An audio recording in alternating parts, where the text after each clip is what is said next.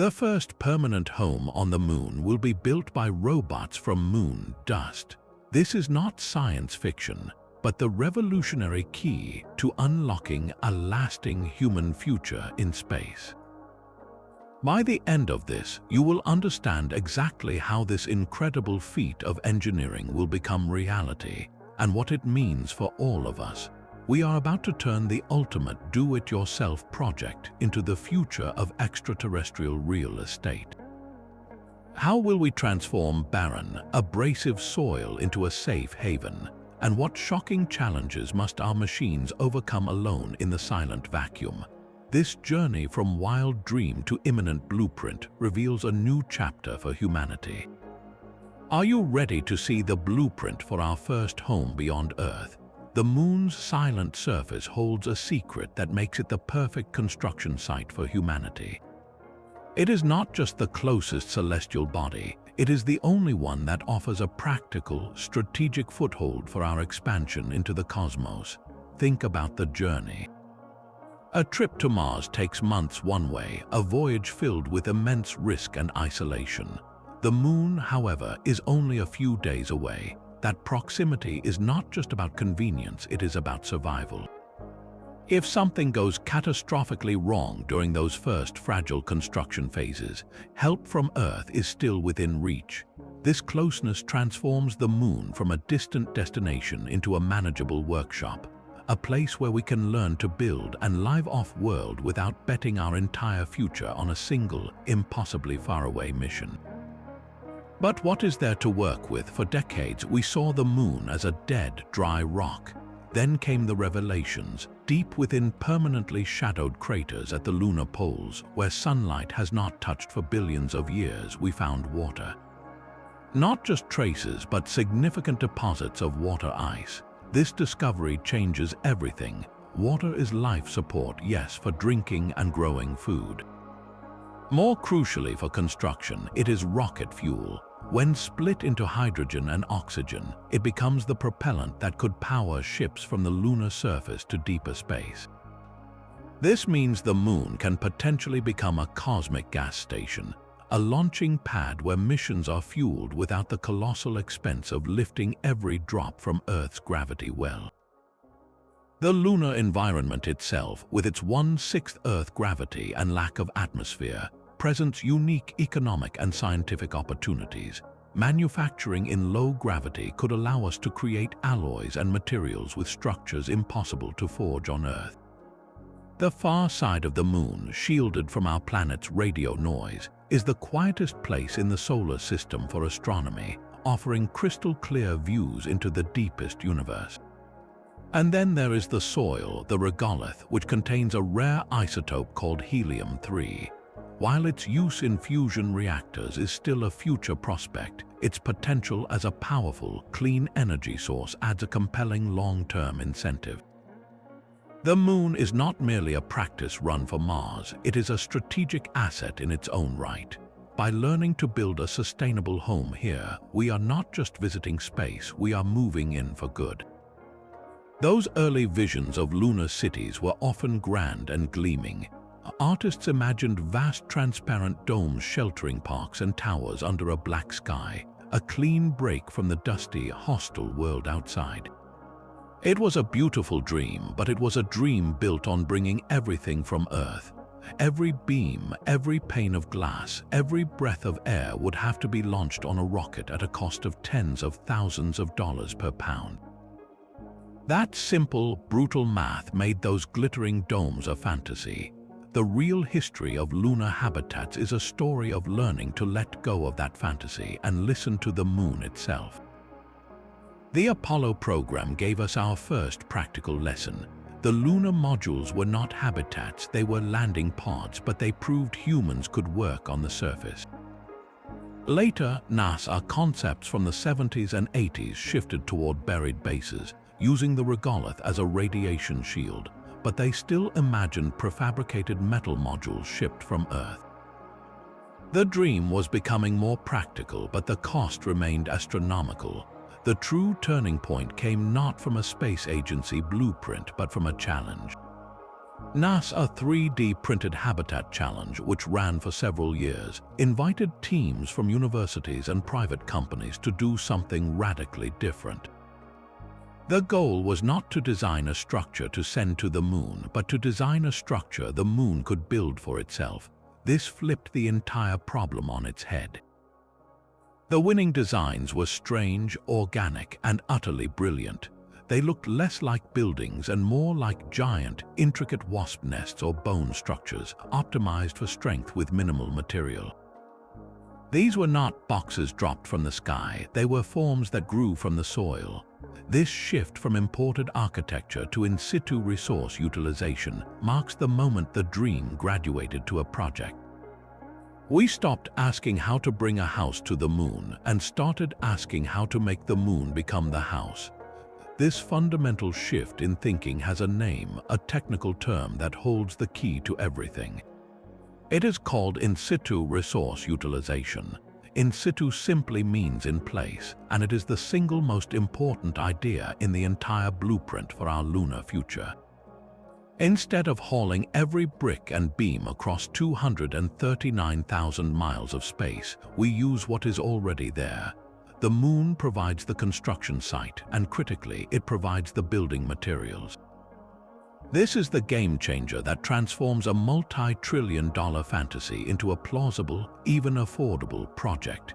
The primary ink for our cosmic 3D printer is lunar regolith, the fine gray soil that covers the moon. To understand why this dusty dirt is so valuable, we have to look at what it is made of. Lunar regolith is not like Earth soil. It is the shattered remains of ancient meteorite impacts, a jagged, glassy powder that has been bombarded by solar radiation for billions of years. It contains oxygen, silicon, aluminum, iron, and magnesium, all the basic ingredients you would find in rocks on Earth. This is incredibly promising because it means we can process it into something useful. We can extract the oxygen for astronauts to breathe, and we can melt and shape the metallic and rocky components into solid structures. But this perfect building material comes with a set of extreme challenges that our machines must conquer. First, that regolith is brutally abrasive. Because there is no wind or water to smooth its edges, every tiny grain is like a microscopic piece of broken glass. It would shred traditional machinery, clog seals, and wear down components at an alarming rate. Second, and even more strangely, is a phenomenon called vacuum welding.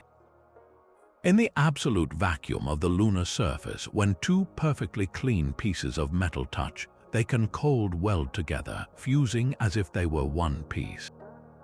This could literally lock our robotic builders in place, a silent, invisible trap.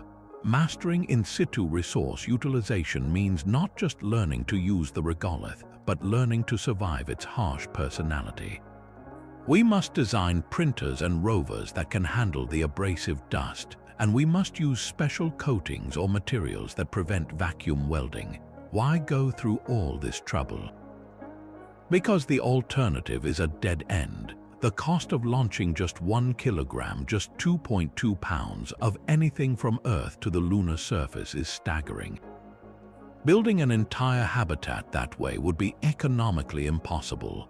In situ resource utilization is the non-negotiable foundation. It is the difference between a temporary camp and a permanent home. By turning the problem into the solution, by using the moon to build the moon, we are not just constructing shelters.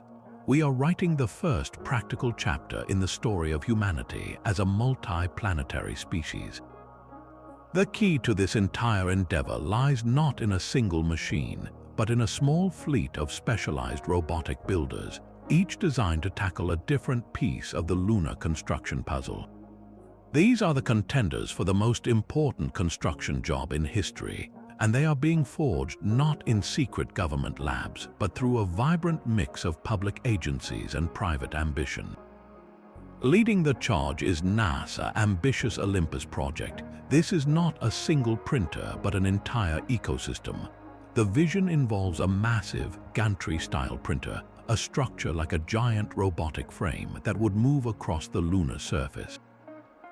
Inside this frame, a print head would travel back and forth, layer by layer, building up walls from the regolith. But how does it turn dust into a solid wall?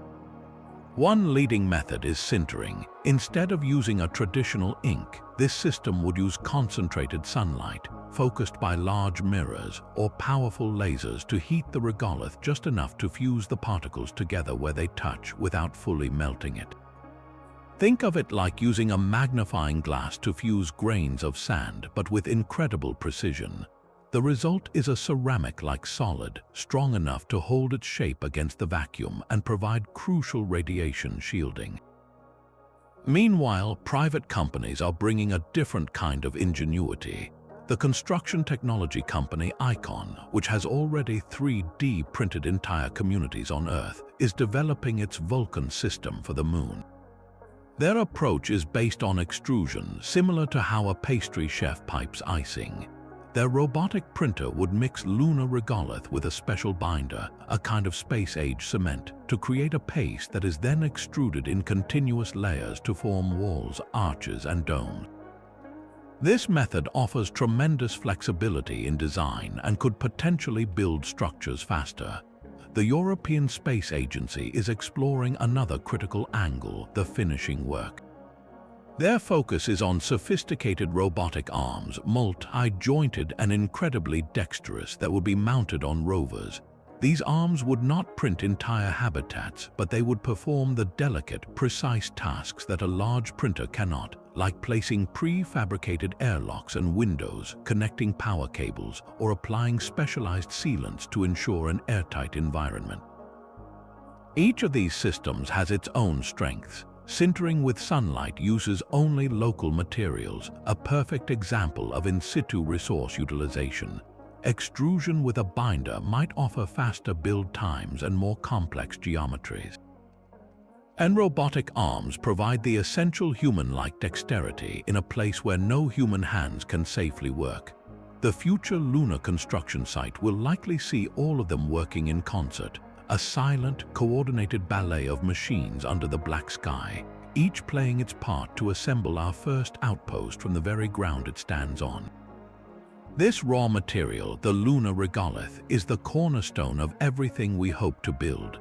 To understand the incredible structures it will become, we must first understand the strange, hostile nature of the dust itself. Lunar soil is nothing like the soft dirt in your garden. It is the product of relentless cosmic violence, a layer of pulverized rock created by billions of years of meteorite impact.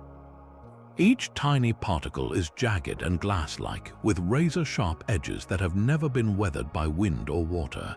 This makes it incredibly abrasive, a substance that would act like fine sandpaper on any moving part of our machinery. But within that challenging texture lies a treasure trove of useful elements. The regolith is rich in silicates, which are the building blocks of glass and ceramics, and metals like iron, aluminum, and titanium. It is essentially a pre-mixed, all-natural concrete aggregate, just waiting for us to figure out the right recipe. The environment adds another layer of complexity. In the Moon's perfect vacuum, this dust behaves in bizarre ways. It does not settle like dust on Earth. When disturbed, it can float and cling electrostatically to everything from camera lenses to spacesuit seals, creating a persistent, gritty hazard. And in the low gravity, it can travel in long, parabolic arcs, potentially contaminating sensitive equipment far from the worksite. So how do we transform this troublesome, clingy powder into solid, reliable walls? The process begins with collection. Robotic rovers would scoop and sieve the regolith, separating out the finest grains for printing and any larger rocks for other uses. Then comes the transformation. One leading method, as mentioned, is sintering. This uses focused heat from lasers or concentrated sunlight to gently fuse the dust particles together at their points of contact. It is like taking that pile of sharp, glassy grains and carefully melting just the very edges so they stick, creating a porous but strong ceramic monolith. Another approach is to use it as an aggregate in a lunar concrete. This is where a key ingredient from Earth might come in, at least initially. By bringing a polymer binder or even using sulfur, which can be extracted from the regolith, we could mix it with the lunar soil to create a paste. This paste can then be extruded layer by layer, hardening in the vacuum into a composite material far stronger than the dust alone. Scientists are even experimenting with using the regolith's own chemistry, perhaps by using microwaves to melt it selectively. Each method is a different conversation with the moon, a different way of asking the same fundamental question: how can we convince this unforgiving landscape to become our shelter?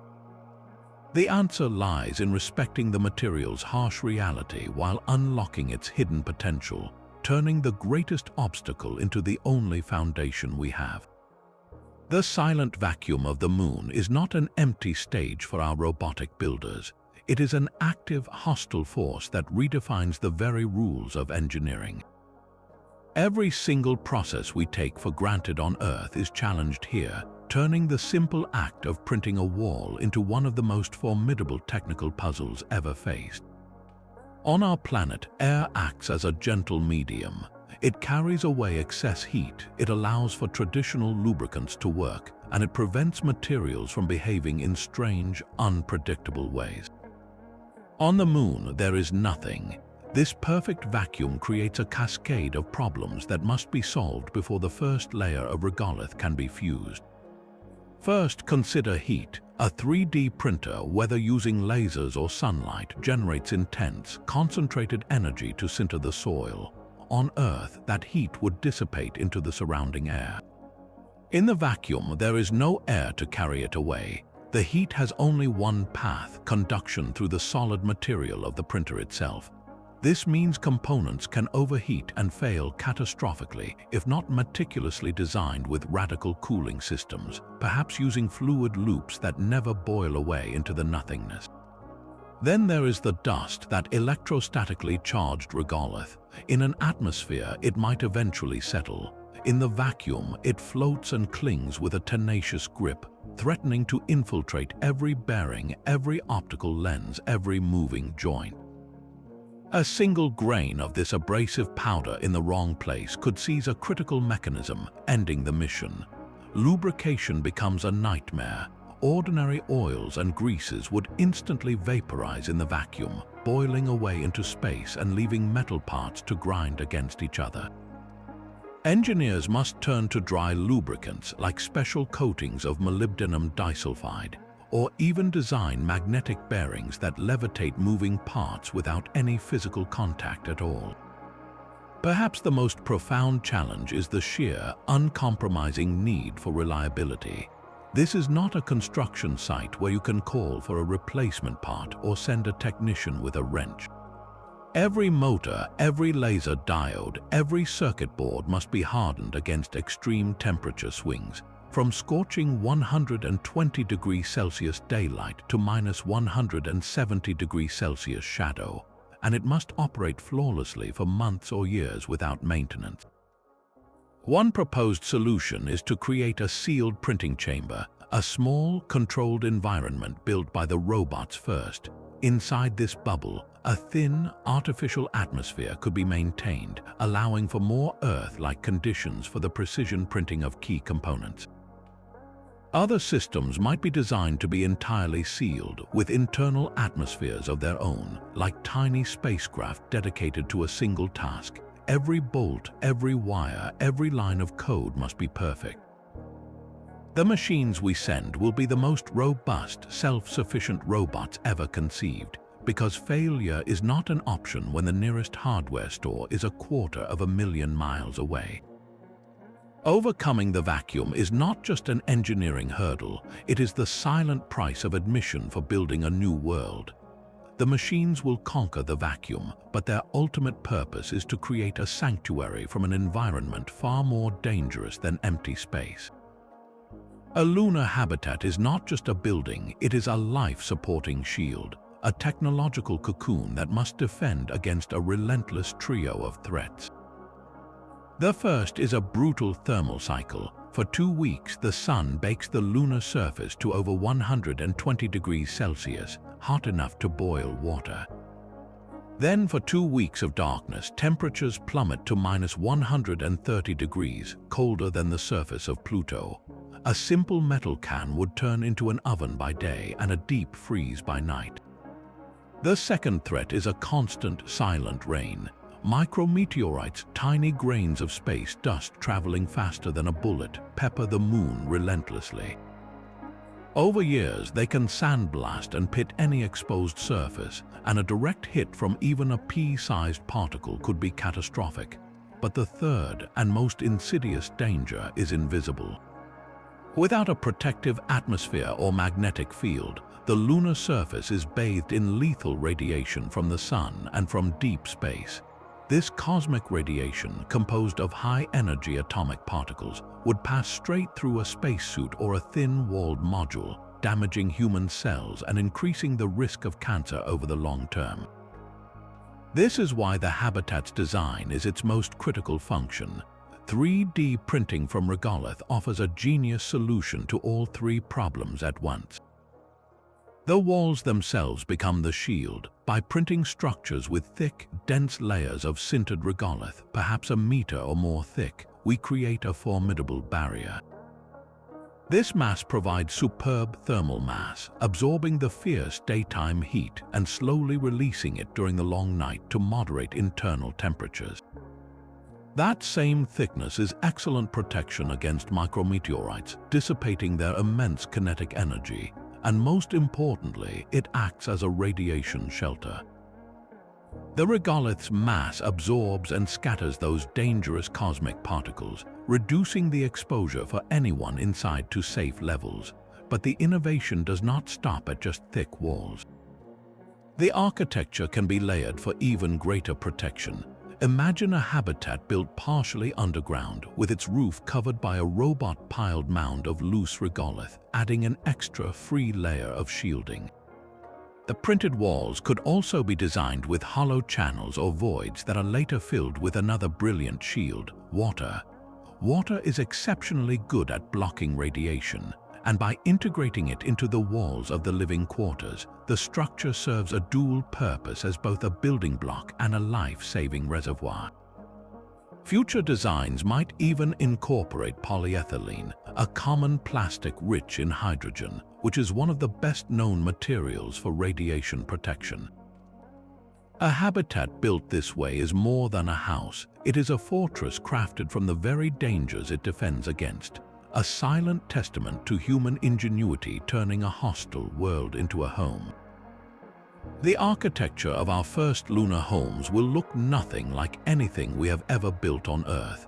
Freed from the constraints of shipping prefabricated boxes and unleashed by the power of 3D printing, engineers and architects are dreaming in radical new shapes where every curve and angle is a direct answer to the moon's harsh demand. The European Space Agency's vision for a lunar village is a perfect example of this new philosophy.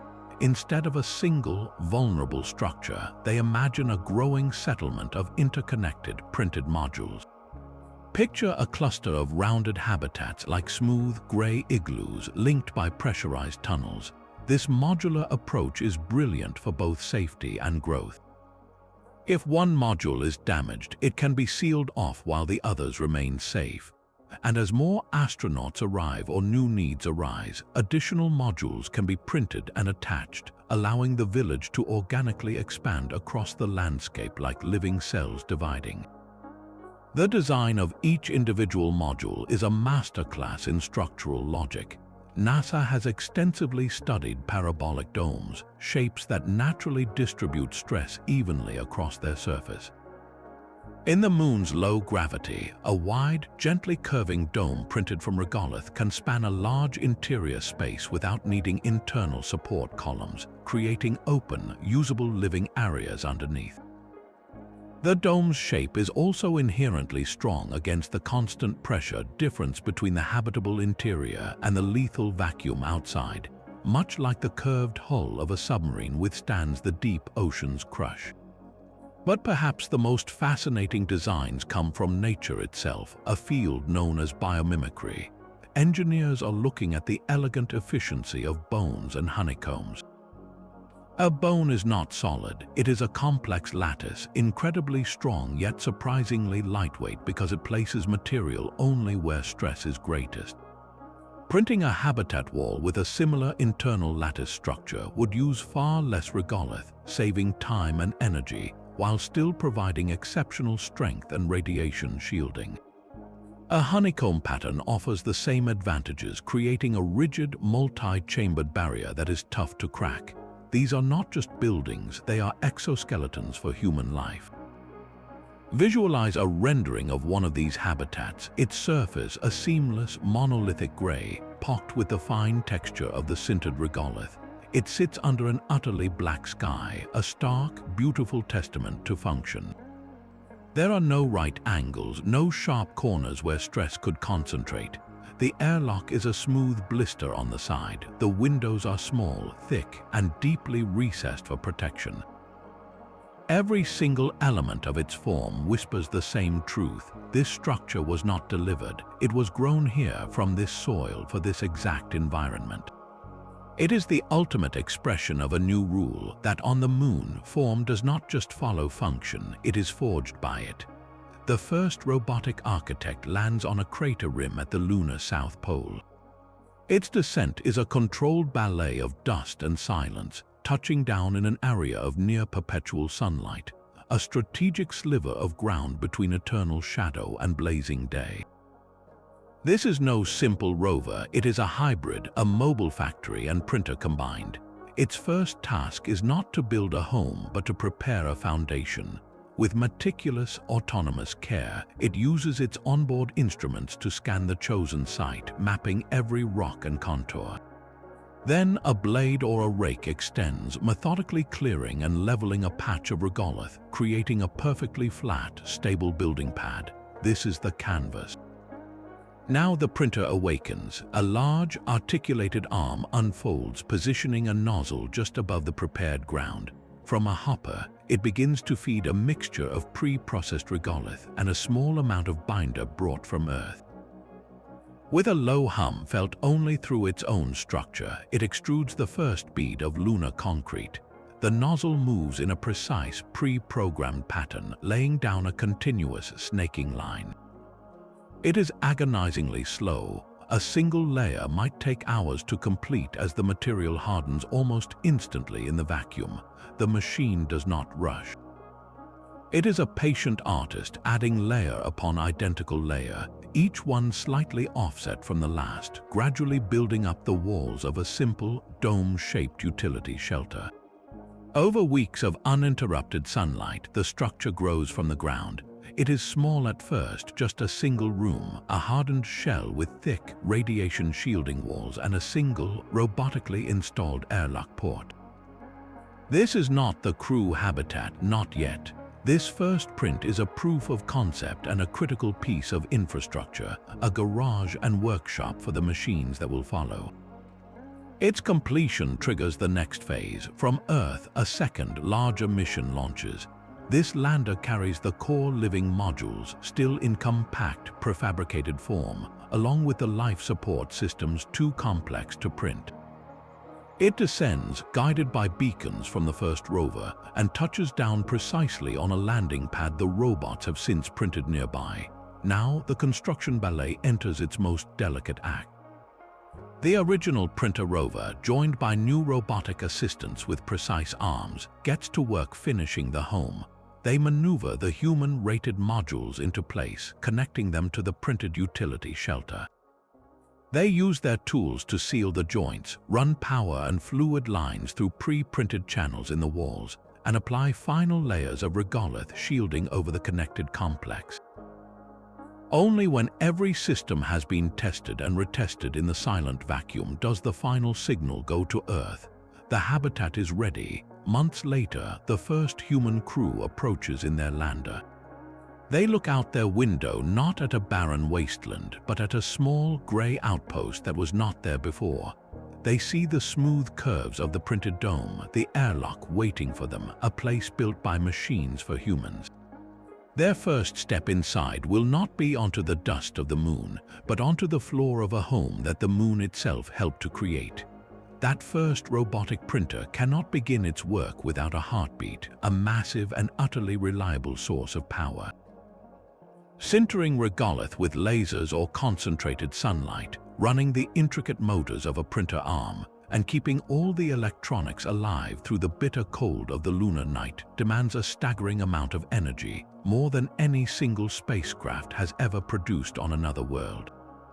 This is the silent, non-negotiable prerequisite that must be solved before the first layer of dust is ever fused. The machines that build our future will be energy gluttons, and the moon is a desert with no power outlets. The most obvious candidate is the sun itself. In the 2 weeks of perpetual daylight, solar energy is abundant. We could envision vast fields of photovoltaic panels unfurling like silver wings, soaking up the unfiltered sunlight. But the lunar night, that 14-day plunge into darkness and deep cold, is a deal breaker for solar alone. Batteries large enough to store 2 weeks of power for an entire construction site would be impossibly heavy and complex to land. The system would spend half its time dormant, freezing, and useless, dragging the timeline for building a habitat from months into years. For a sustained, continuous build, we need a source that never sleeps. This leads to a more radical, yet increasingly plausible solution: compact nuclear fission. Systems like NASA kilopower reactor, a technology successfully tested on Earth, are designed for this exact challenge. Imagine a reactor about the size of a roll of paper towels, but capable of generating a steady 10 kilowatts of electrical power for a decade or more.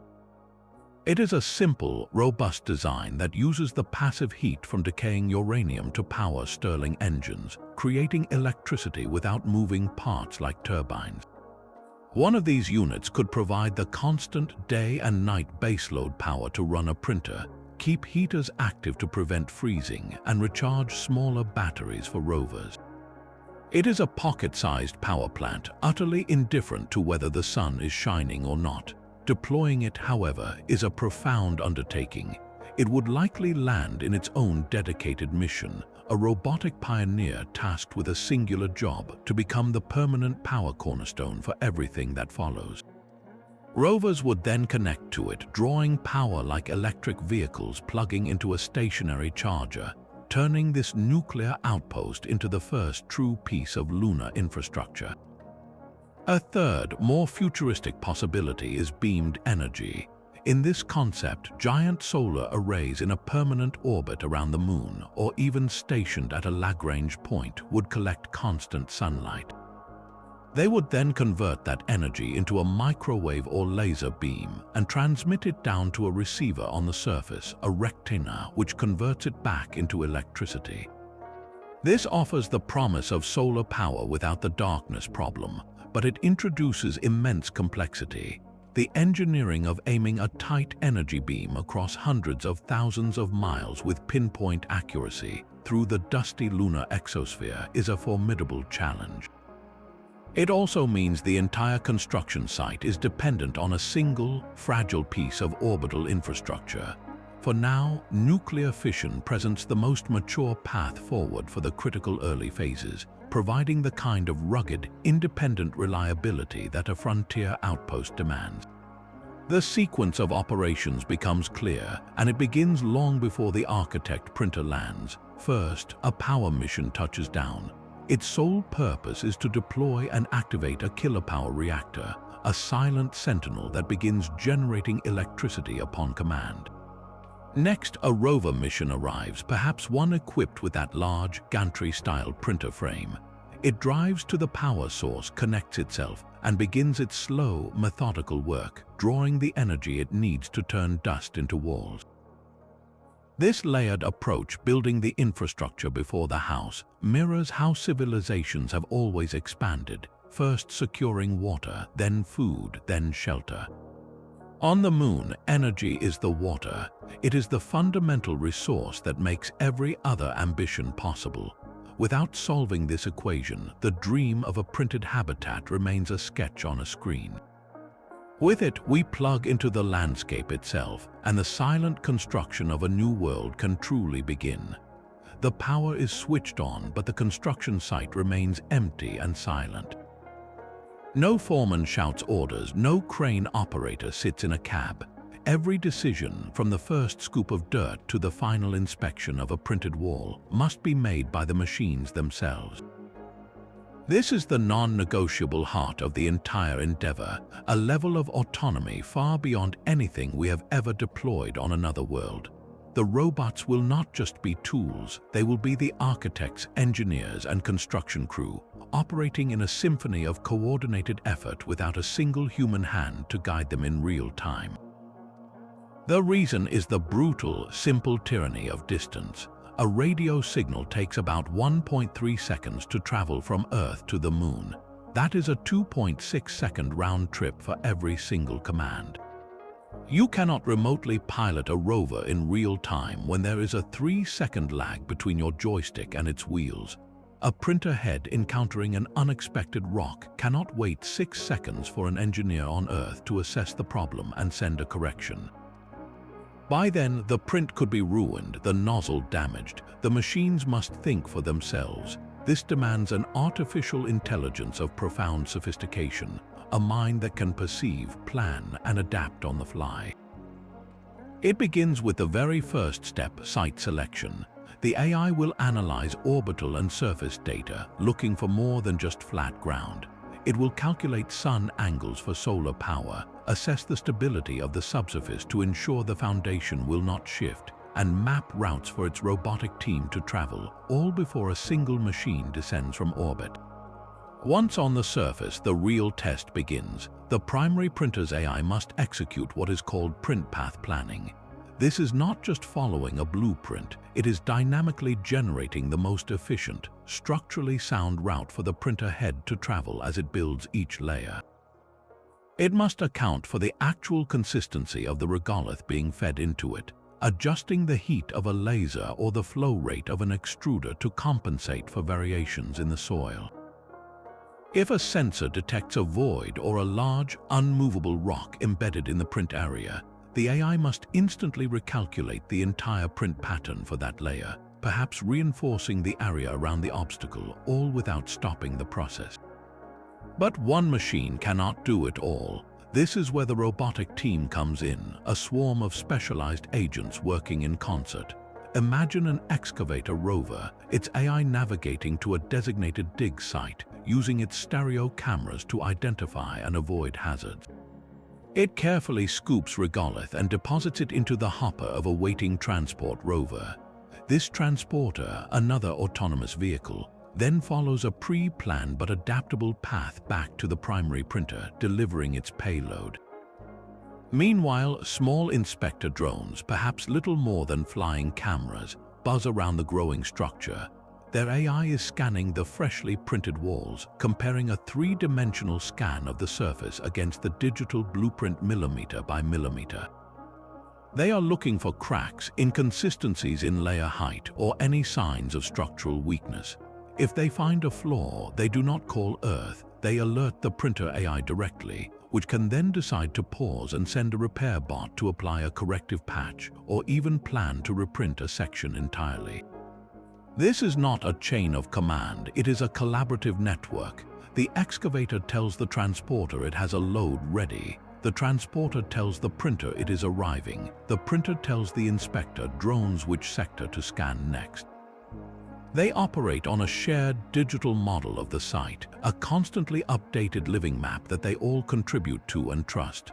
They are building a world together through millions of tiny, independent decisions, a silent conversation of data and action under the stars. The success of our first lunar home does not rest on a miraculous new material or a fantastical engine. It rests on the quiet, relentless logic of these machines, learning to build in a place where we cannot yet stand beside them. A solid, radiation-proof shell is only the beginning. That printed dome is a magnificent cave, but a cave cannot keep people alive. The true transformation from shelter to home happens on the inside, where a delicate, interconnected web of technology must create and maintain a bubble of Earth-like conditions within the lunar void. This is where architecture meets biology, where the building must breathe. The first and most critical layer inside the thick regolith walls is not a wall at all, but a flexible, robust bladder. Imagine an inflatable inner liner made from multiple layers of advanced polymers that is carefully installed by robots after the shell is complete. This liner becomes the actual airtight barrier against the vacuum. It is much easier and lighter to ship this flexible, packable membrane from Earth than an entire rigid habitat module. Once inflated to the correct pressure, it presses snugly against the inside of the printed regolith wall, creating a seamless, protected living volume. The regolith shell provides the structural strength and shielding, while this inner bladder holds the precious atmosphere in. But air is not a one-time gift. A crew of 4 astronauts might breathe out over a ton of carbon dioxide in a year. The system must constantly scrub that CO2 from the air, a process handled by clever devices that use chemical absorbers or even fast-growing algae to recycle the carbon and release fresh oxygen back into the cabin. Every molecule of oxygen and nitrogen is precious, so the entire atmosphere is monitored and recirculated endlessly, with only small amounts of new air needed from stored reserves or from oxygen extracted from the lunar soil itself. Water follows a similar closed-loop philosophy. Water from sinks, showers, and even humidity in the air is never wasted. It is all captured, filtered through a multi-stage purification system that removes contaminants and then sterilized, ready to drink again. The most advanced systems aim to recover over 98% of all water, meaning that the initial supply brought from Earth could theoretically sustain the crew for years with only minimal top-ups from mined lunar ice. Power and data are the nervous system of this artificial organism. Thin, resilient cables and fiber optic lines are run through channels printed right into the habitat walls during construction, connecting every corner to a central hub. Solar panels or the nuclear reactor feed electricity into this grid, powering everything from the air circulators and water purifiers to the lights and research laptops. A robust communication network with both a high-gain antenna for talking to Earth and a local wireless mesh for internal devices keeps the crew connected to mission control and to each other. The brilliance of the 3D printed design is that all of this complexity is planned for from the very first digital blueprint. Conduits for cables and pipes are printed as hollow tunnels within the walls themselves. Mounting points for life support racks are integrated as raised nodules on the interior surface. Access panels for maintenance are designated areas where the regolith wall is slightly thinner, backed by the inflatable liner. This forethought means the robots are not just making a shape, they are building a ready-to-move-in home with the infrastructure baked into its bones. The final result is a space that must feel alien and profoundly familiar all at once.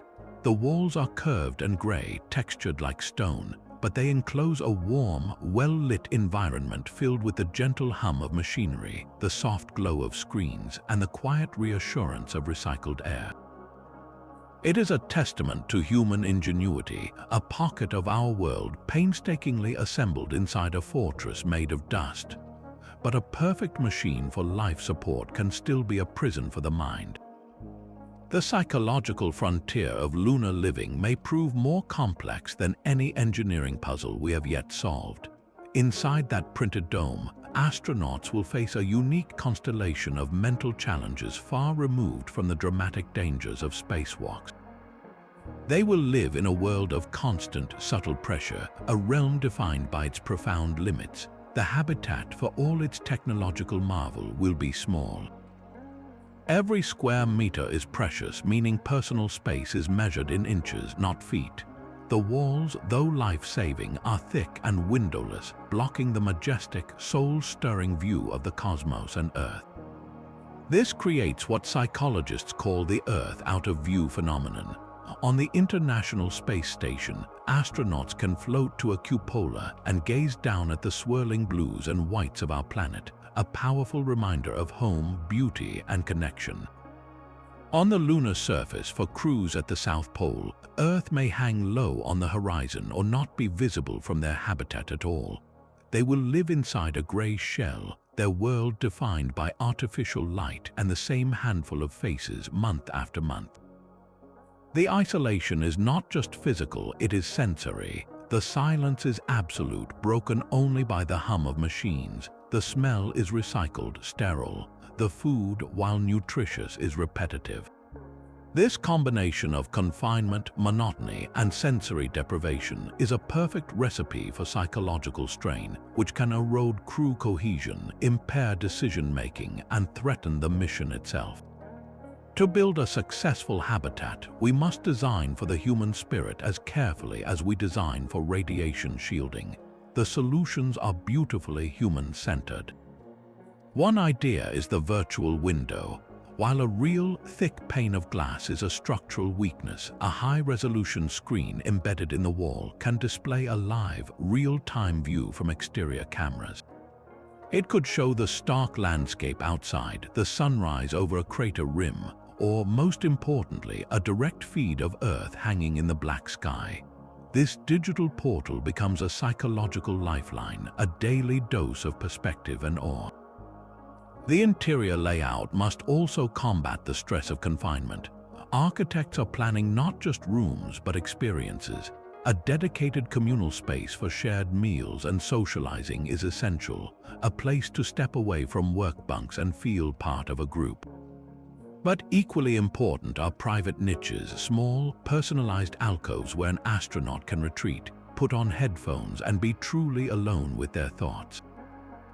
Even the lighting is designed with mental health in mind.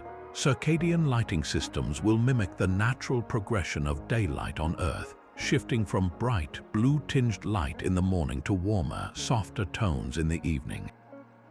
This helps regulate sleep cycles and combat the disorientation of living under constant artificial illumination.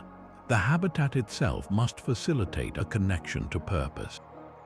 A small greenhouse module where astronauts tend growing plants provides not just fresh food but a profound psychological boost, a tangible connection to growth and life in a sterile world. Every curve of the printed wall, every placement of a light, every square centimeter of personal space is now part of the life support system. We are learning that to keep humans alive on the moon, we must first remember how to keep them human. The staggering cost of this endeavor brings us to an unavoidable question: who pays for a moon base? The vision of robots printing habitats from lunar dust is breathtaking, but it is not free. The price tag for establishing a permanent outpost is measured in the tens of billions, a sum that demands a new economic model for space. The traditional path is government-led, and it is already underway. NASA Artemis program, with its international partners through the Artemis Accords, represents a massive public investment aimed at returning humans to the lunar surface to stay. The European Space Agency, alongside the space agencies of Japan, Canada, and others, are contributing key elements from habitation modules to robotic rovers. This model spreads the cost across nations and provides the stable, long-term funding necessary for such a high-risk foundational project. The return on investment here is not measured in quarterly profits, but in geopolitical leadership, scientific discovery, and the technological spin-offs that inevitably ripple through our economies. Every dollar spent overcoming the extreme challenges of lunar construction pushes materials science, robotics, and energy systems to new limits, creating innovations that will find their way into products and industries on Earth. Yet, even government budgets have limits, and the pace of a purely public program can be slow. This is where a powerful new force enters the equation: the commercial partner. Public-private partnerships are changing the game. NASA is no longer just a customer buying a finished spacecraft, it is a client purchasing services. The agency contracts with companies like SpaceX to deliver cargo and astronauts to the lunar surface, and with companies like ICON to develop the construction systems. This model leverages private sector efficiency, innovation, and risk-taking, while giving the government more bang for its taxpayer buck. The company invests its own capital to develop the technology, betting that its success will lead to more contracts and future commercial opportunities. For a firm like ICON, perfecting a robotic printer for the moon also advances its terrestrial 3D printing technology, creating a viable business case beyond the space agency's check. But could a lunar base ever be a purely commercial venture? The idea of a hotel or a research facility funded entirely by private investment is still a distant prospect, but the seeds are being planted. The first customers might not be tourists but corporations. Pharmaceutical companies could pay to conduct experiments in the moon's low gravity, where protein crystals grow larger and more perfectly, leading to breakthrough drugs. Manufacturing firms might rent space to create unique alloys or fiber optics impossible to make on Earth. Over the long arc, the most compelling commercial argument is resource utilization itself. The entity that masters the art of extracting water ice and processing regolith will own the keys to the inner solar system. They could sell propellant to NASA for missions to Mars or to other companies launching satellites from the moon's low gravity. This transforms the base from a cost center into a potential revenue generator, a gas station and machine shop for deep space. The economic viability of our lunar future likely rests on a hybrid model, a foundational public infrastructure built with private tools, eventually giving rise to a true marketplace beyond our world. It is an investment not just in a base, but in becoming a spacefaring civilization. Before any hardware ever sees the blackness of space, it must first survive the dust and sun of the American Southwest. The proving grounds for our lunar future are not on the moon, but in the most moon-like places we can find on Earth. At sites like NASA, a desert research and technology studies field in Arizona, engineers and scientists don bulky prototype spacesuits and operate robotic rovers across barren, rocky landscapes. These are not casual tests, they are full-dress rehearsals where every procedure for building a habitat is acted out step by step under the punishing sun. Teams practice the entire choreography, from landing and unpacking a printer system to the precise handoff of regolith from an excavator to a transport rover. They encounter real-world problems a computer model could never predict: a rock that blocks the planned print path, a communications delay between robots, a piece of hardware that fails in the gritty dust. Each solved problem here, in a place where help is a short drive away, prevents a potential mission-ending failure 250,000 miles from home. The terrain itself is a teacher. In places like the volcanic landscapes of Iceland, with their dark, basaltic rock and formations that eerily mimic lunar craters, researchers test the mobility of rover wheels and the accuracy of geological survey instruments. They learn how to read the story of the ground, a skill the autonomous robots will need to select the perfect building site. But perhaps the most critical tests happen indoors in the silent, steel bellies of vacuum chambers. These are massive, sealed rooms where the air is pumped out to simulate the perfect void of space. Inside, engineers operate full-scale printer prototypes, feeding them simulated lunar regolith, often a crushed volcanic rock called basalt that matches the moon's soil in grain size and composition. Here, in this artificial emptiness, they confront the true enemy, the vacuum itself. They watch how the sintered material cures without atmosphere, measure how heat builds up in their machinery with no air to cool it, and verify that every seal and gasket holds against the relentless pull of nothingness. These chambers are where theory is forged into certainty, where a design on a screen becomes a machine that can actually function in the environment it was built for. The data flowing from these analog sites and vacuum chambers is a river of priceless knowledge. It reveals which motor wears out too fast when coated in abrasive dust, which software command causes a robot to hesitate at a critical moment, which material for a printer nozzle can withstand both searing heat and microscopic welding. Every glitch, every unexpected reading, every minor triumph in these earthbound simulations is a problem solved before it risks a billion-dollar mission. This painstaking, unglamorous work is the unsung hero of the entire endeavor. It is the process of turning a brilliant concept into a reliable tool, of ensuring that when our robotic architects finally arrive on the lunar surface, they are not pioneers stumbling into the unknown, but seasoned professionals ready for work. While the engineers solve the physics, the diplomats face a puzzle just as thorny. The legal framework for building on the moon was written in a different era for a different dream. The cornerstone is the Outer Space Treaty of 1967, a document born from Cold War fears of nuclear weapons in orbit. Its principles are noble and clear, but they were never meant to govern a construction site. The treaty states that outer space is the province of all mankind, not subject to national appropriation by claim of sovereignty, by means of use or occupation, or by any other means. This means no country can plant a flag and declare the moon its territory, but the treaty does not explicitly forbid a company or a nation from building a structure or from using the resources they find. This gap between principle and practice is where the new space age gets legally complicated. If a robotic printer constructs a habitat, who owns that building? If a rover mines water ice from a shadowed crater, who owns that water? The treaty says you cannot own the land, but it is silent on whether you can own what you build on it or what you extract from it. The United States has already staked a position with the Artemis Accords, a set of bilateral agreements that interpret the treaty to allow for what they call safety zones. The idea is that if you are operating a base or a mine, you can establish a perimeter around it to prevent interference from others.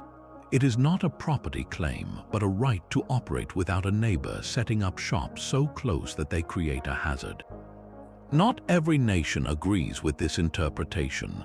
Countries like Russia and China view it as a backdoor to claiming territory, a way to fence off the most valuable real estate under the guise of safety. They argue for a new, comprehensive international framework, one that would potentially require sharing resources or technology more broadly. This is not just legal nitpicking, it is a fundamental question about the future we are building. Will the lunar surface become a new frontier of cooperative science, with nations and companies working in transparent partnership? Or will it become a scene of quiet competition, with rival outposts carefully spaced apart, each operating under its own set of rules? The most provocative questions arise when we think beyond the first base. Imagine a thriving settlement of 100 people, a mix of scientists, engineers, and perhaps even private citizens. Who makes the laws there if someone commits a crime which nations' courts have jurisdiction? If two companies have a contractual dispute over a load of processed regolith, where is the court? There is no lunar police force, no interstellar Supreme Court.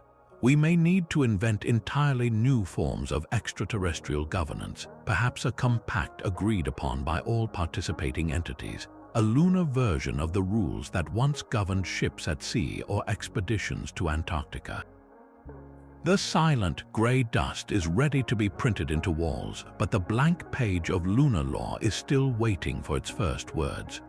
The same ingenuity that builds a fortress from moon dust is already sending ripples back to our own world.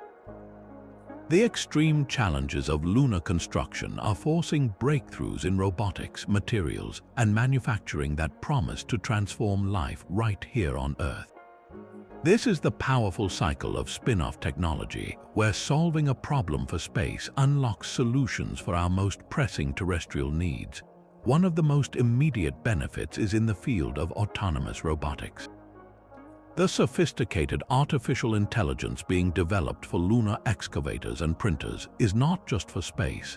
Imagine deploying these same resilient, self-directed machines in the aftermath of a major earthquake or hurricane. They could enter unstable disaster zones too dangerous for human responders, using their advanced sensors to map rubble, clear pathways, and even begin printing emergency shelters using local debris. These robots could work around the clock in toxic environments or remote locations, building basic infrastructure where traditional construction crews cannot safely or quickly go. The goal of building a home where no human can first set foot is teaching us how to rebuild homes where humans desperately need to return. Then there are the materials themselves. The quest to turn abrasive lunar soil into a sturdy building block is pushing the limits of material science. Researchers are experimenting with new composite mixes, combining local soils with small amounts of polymers or other binders to create structures that are strong, lightweight, and thermally efficient. This research directly translates to sustainable construction on Earth.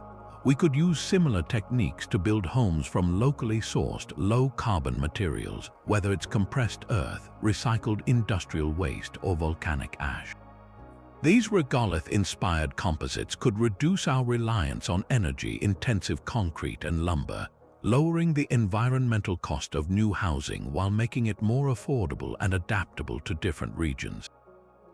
The very process of sintering, fusing material with targeted heat, is being refined for lunar use and could lead to new ways of recycling plastics or manufacturing building components with minimal waste. Perhaps the most profound spin-off is in the art of printing itself. The large-scale, precise, and autonomous 3D printing systems being developed for the Moon represent a quantum leap for the technology. On Earth, this could revolutionize the construction of affordable housing. Entire neighborhoods could be printed in a fraction of the time it takes with conventional methods, with designs optimized for energy efficiency and structural strength. The cost savings could be monumental, making quality housing accessible to more people.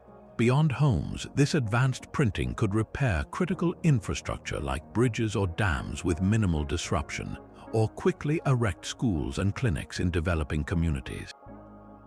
The lessons learned from printing in a vacuum where every process must be perfectly controlled are making terrestrial printing more reliable and capable. The silent, patient work of a lunar robot printer is not just crafting a future in space, it is drafting a blueprint for a better-built world right here at home. The silent, gray workshop of the Moon is not our final destination. It is a dress rehearsal for a far more ambitious stage. Every layer of sintered regolith, every closed-loop water system, every decision made by an autonomous robot is a test run for the ultimate goal, a self-sustaining city on Mars. The Moon is the perfect, unforgiving classroom for this future. It is close enough to manage, yet harsh enough to be real.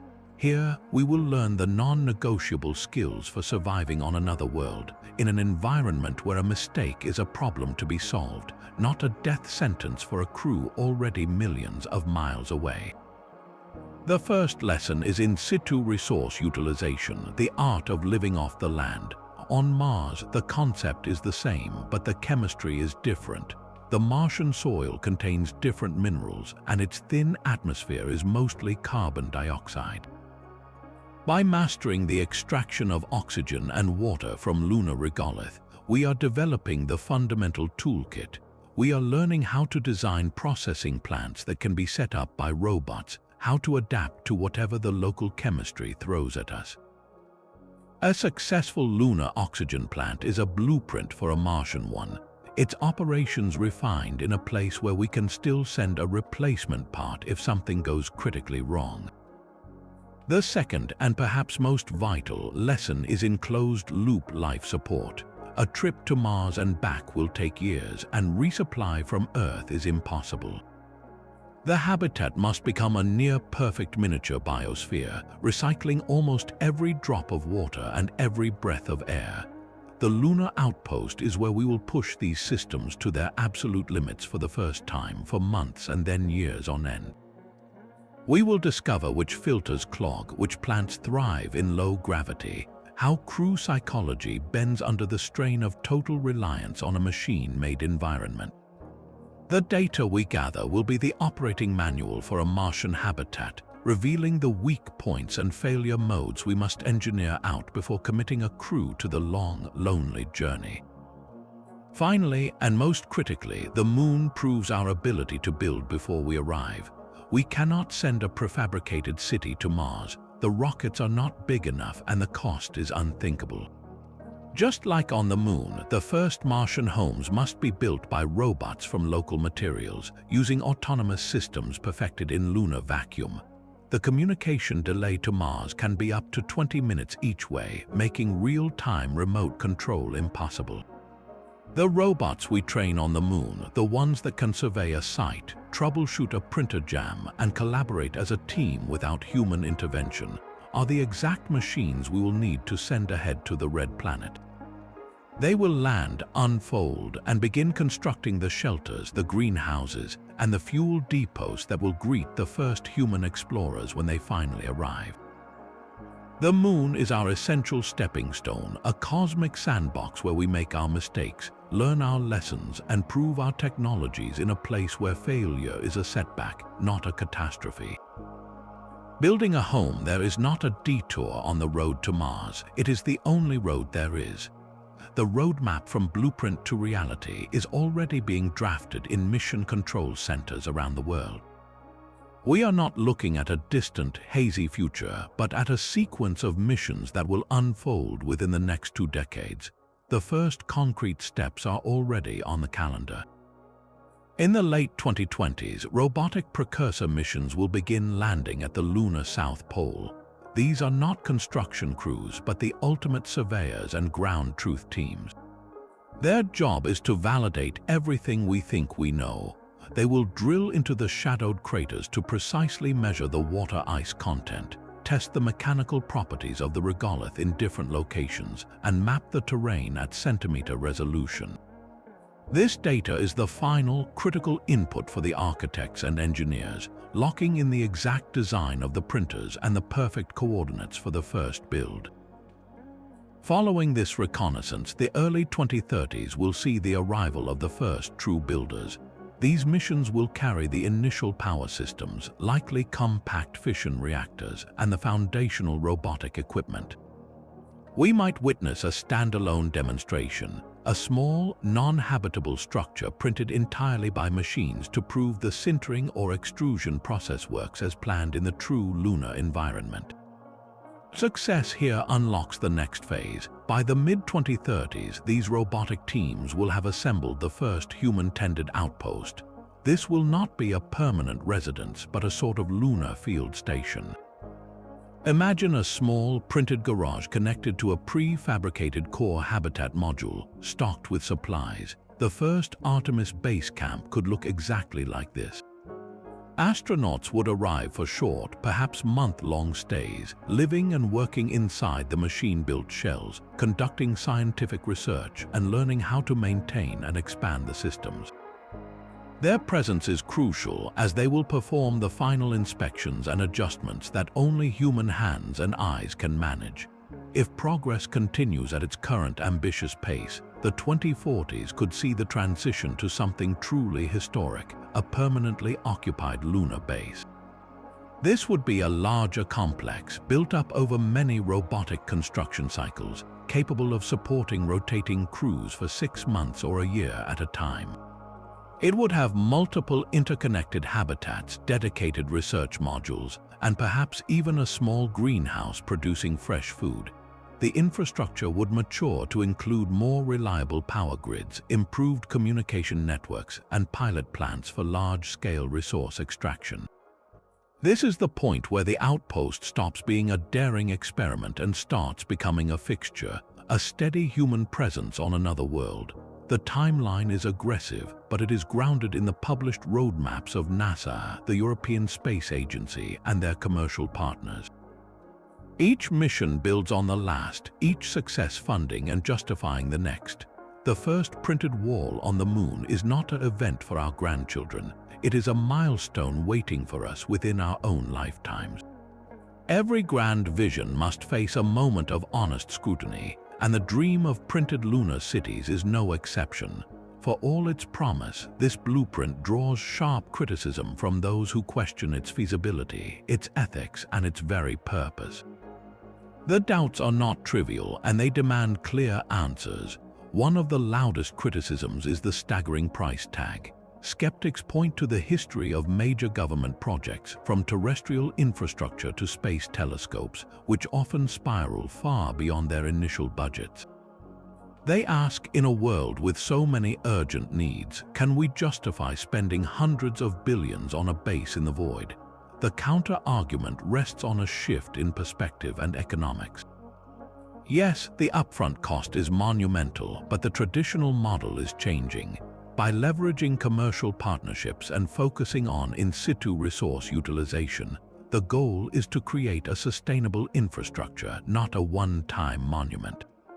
The investment is not just in a base, but in creating an entirely new economic sphere, one that could lower the cost of all future space exploration and generate untold technological spin-offs. It is framed not as a cost, but as a seed investment in becoming a multi-planetary species, a strategic hedge for humanity's long-term survival. The second major doubt targets the very heart of the plan, the unproven scale of in-situ resource utilization. Critics rightly note that we have never operated a robotic mining and processing plant on another world. The leap from lab experiments and Earth analogs to a fully autonomous, industrial-scale operation on the Moon is enormous. What if the regolith at the chosen site is too coarse, or the water ice is locked in a form that is impossibly difficult to extract? Proponents acknowledge this is the central technical gamble, but they point to the methodical, stepwise approach. We are not betting everything on a single machine working perfectly on the first try. The strategy involves sending smaller, dedicated precursor missions to precisely characterize the resources and test individual components, like a pilot oxygen extraction plant, before committing to the full construction system. It is a philosophy of learning by doing on location and adapting the technology to what we actually find. The psychological risks to crews present a more human-centered concern. Sending people to live for months inside a cramped, windowless pod, with Earth a distant marble and no quick escape, could lead to severe mental strain, conflict, and mission failure. This is not an engineering problem with a simple hardware fix. The mitigation strategy is multifaceted, integrating habitat design, crew selection, and continuous support. The habitats themselves are being designed with psychology in mind, through virtual windows, circadian lighting, private quarters, and communal spaces. Crews will undergo unprecedented levels of training and psychological screening, and they will have constant, if delayed, communication with dedicated support teams on Earth. The lunar outpost itself, as a testbed, will provide the first real long-term data on crew dynamics in deep space, informing every aspect of future missions to Mars. Finally, there are environmental and safety concerns unique to the Moon. Some scientists warn of forward contamination, our machines accidentally carrying Earth microbes that could compromise the search for any potential ancient biosignatures in the lunar ice. Others raise the issue of space debris, as increased traffic to the lunar surface and orbit creates new risks of collisions. These are serious considerations driving new protocols. Planetary protection guidelines for the Moon are being updated, focusing on protecting the scientifically precious polar ice regions. And just as with Earth orbit, mission planners are now required to design for end-of-life disposal, ensuring that spent landers and defunct equipment do not become hazardous litter on our new doorstep. The critics' questions are essential, for they force rigor and responsibility onto a dream. They remind us that this is not a fantasy, but a hard project with real consequences. Addressing each doubt not only strengthens the mission, it defines the kind of spacefaring civilization we aim to be, one that builds not just with ambition, but with careful thought and a deep sense of stewardship for the worlds we explore. The habitat is just the first room in a home that must span an entire world. To transform a solitary outpost into a bustling, sustainable settlement, our robotic printers must expand their vision far beyond living quarters. They will become the builders of an entire lunar infrastructure, a silent workforce fabricating the very bones of a new civilization from the dust beneath them. One of the most urgent and practical first prints will not be a building at all, but a landing pad. Every rocket that touches down on the unprotected lunar surface acts like a sandblaster, kicking up a high-velocity plume of abrasive regolith that can travel for miles. This dust pelts and obscures nearby habitats, coats solar panels, and damages sensitive equipment. The solution is to print large, hardened pads from sintered regolith before the next lander ever arrives.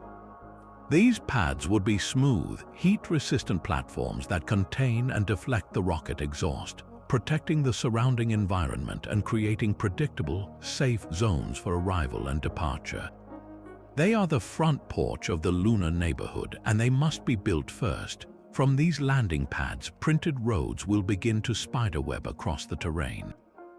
These are not asphalt highways, but graded and sintered tracks, perhaps with low, curved edges to guide robotic rovers. On the moon, where dust is a constant menace, these roads serve a vital purpose. They provide stable, dust-free pathways for transportation, preventing rovers from churning up the fine soil and getting bogged down. They also protect the wheels and mechanisms of our robotic workforce from the relentless abrasion of loose regolith, extending their operational lives from months to years. A network of these simple roads connects the landing zone to mining sites, to construction areas, and to scientific outposts, turning a collection of isolated points into an integrated, efficient settlement. The infrastructure must also include specialized shelters beyond the main habitat. Imagine a printed radiation storm shelter, a smaller, even thicker walled dome located a short walk from the main living quarters. When a solar flare erupts, sending a surge of lethal particles toward the moon, astronauts could retreat here for maximum protection. Printers could also create garages and workshops for rovers, enclosed spaces where robots can be serviced and repaired out of the harsh environment, their own kind of home. And as the base grows, so too will its energy needs. Printers could fabricate the foundations and support towers for vast arrays of additional solar panels, or the protective housings for next-generation nuclear power units, anchoring the settlement's lifeblood to the ground. The most ambitious vision looks to the horizon, literally. To become a true gateway to deep space, the moon needs a launch platform. Lifting heavy payloads from the lunar surface to orbit or toward Mars requires a lot of energy, but it is far easier than launching from Earth. A printed launch pad, integrated with refueling depots made from processed local water ice, could become a cosmic port. This pad would be a massive engineering feat, likely built into a crater rim or a natural slope to direct the blast and noise away from the habitat. It represents the moment the lunar base transitions from an end in itself to a beginning, a stepping stone from which humanity's journey to the planets truly begins. This is the complete picture, a landscape gradually transformed by silent machines. Landing pads, roads, shelters, garages, and ports, all rising from the gray soil, not as separate objects, but as the interconnected organs of a living, breathing outpost. It is a testament to a simple, powerful idea that the first tools we bring should be the ones that allow the moon to build everything else. Behind every blueprint and every robotic test is a person, a visionary who sees the gray dust not as a barrier but as a blank page. Their voices, filled with equal parts engineering rigor and profound hope, make the mission real. The administrator of NASA has often framed this not as a construction project but as a generational shift. We are not just going back to the moon to leave footprints, he might say. We are going to learn how to live and work on another world. The lunar outpost is our proving ground, the place where we will master the technologies that will take us to Mars and beyond. This is about establishing a permanent human presence in deep space, and it starts with turning lunar soil into a home. That sense of a grand, unfolding timeline is echoed by the head of the European Space Agency. For him, the international collaboration is the cornerstone. The lunar village is not an American base or a European outpost, he would emphasize. It is a global endeavor. We are bringing together the best minds and technologies from across our planet to build something new on another. This spirit of partnership is what will ensure the settlement is sustainable, peaceful, and open to all for science. From the private sector, the tone is one of disruptive practicality. The CEO of a company like ICON, which is pioneering the printing technology, speaks with the conviction of a builder. The future of construction is off-world, he could state plainly. Our work on Earth has shown that 3D printing can create resilient, affordable housing in challenging environments. The Moon is the ultimate challenge. By developing a system that uses local materials, we are not just building for NASA, we are creating the toolkit for humanity's future infrastructure throughout the solar system. Then there are the architects, the artists of this new reality. One leading space architect, when asked about designing for the Moon, focuses on the human experience. "We are not designing a machine for living," she would explain. "We are designing a background for human life, for scientific discovery, for the moments of awe that will define this new chapter." The curves of the habitat, the quality of the light, the placement of a virtual window, these are not luxuries. They are essential components of a system that must support human well-being for years at a time. Their collective passion bridges the gap between the cold equations of rocket science and the warm, beating heart of the dream. They remind us that this is not a task for artificial intelligence and robots alone, but a project propelled by human curiosity, courage, and an unwavering belief in a multi-planetary future. Listening to them, the abstract concept of a lunar base solidifies into a shared human story, one we are all writing together. This silent construction on a distant shore is about far more than engineering. It represents a fundamental shift in the human story, a moment as profound as when life first crawled from the ancient seas onto land. For the entirety of our existence, we have been a single planet species, our eggs all in one fragile basket. Building a self-sustaining home on the Moon shatters that limitation. It is the first tangible step toward becoming a multi-planetary civilization, a change that will echo through our culture, our society, and our very philosophy. The act of living off-world forces a new perspective, a cosmic humility.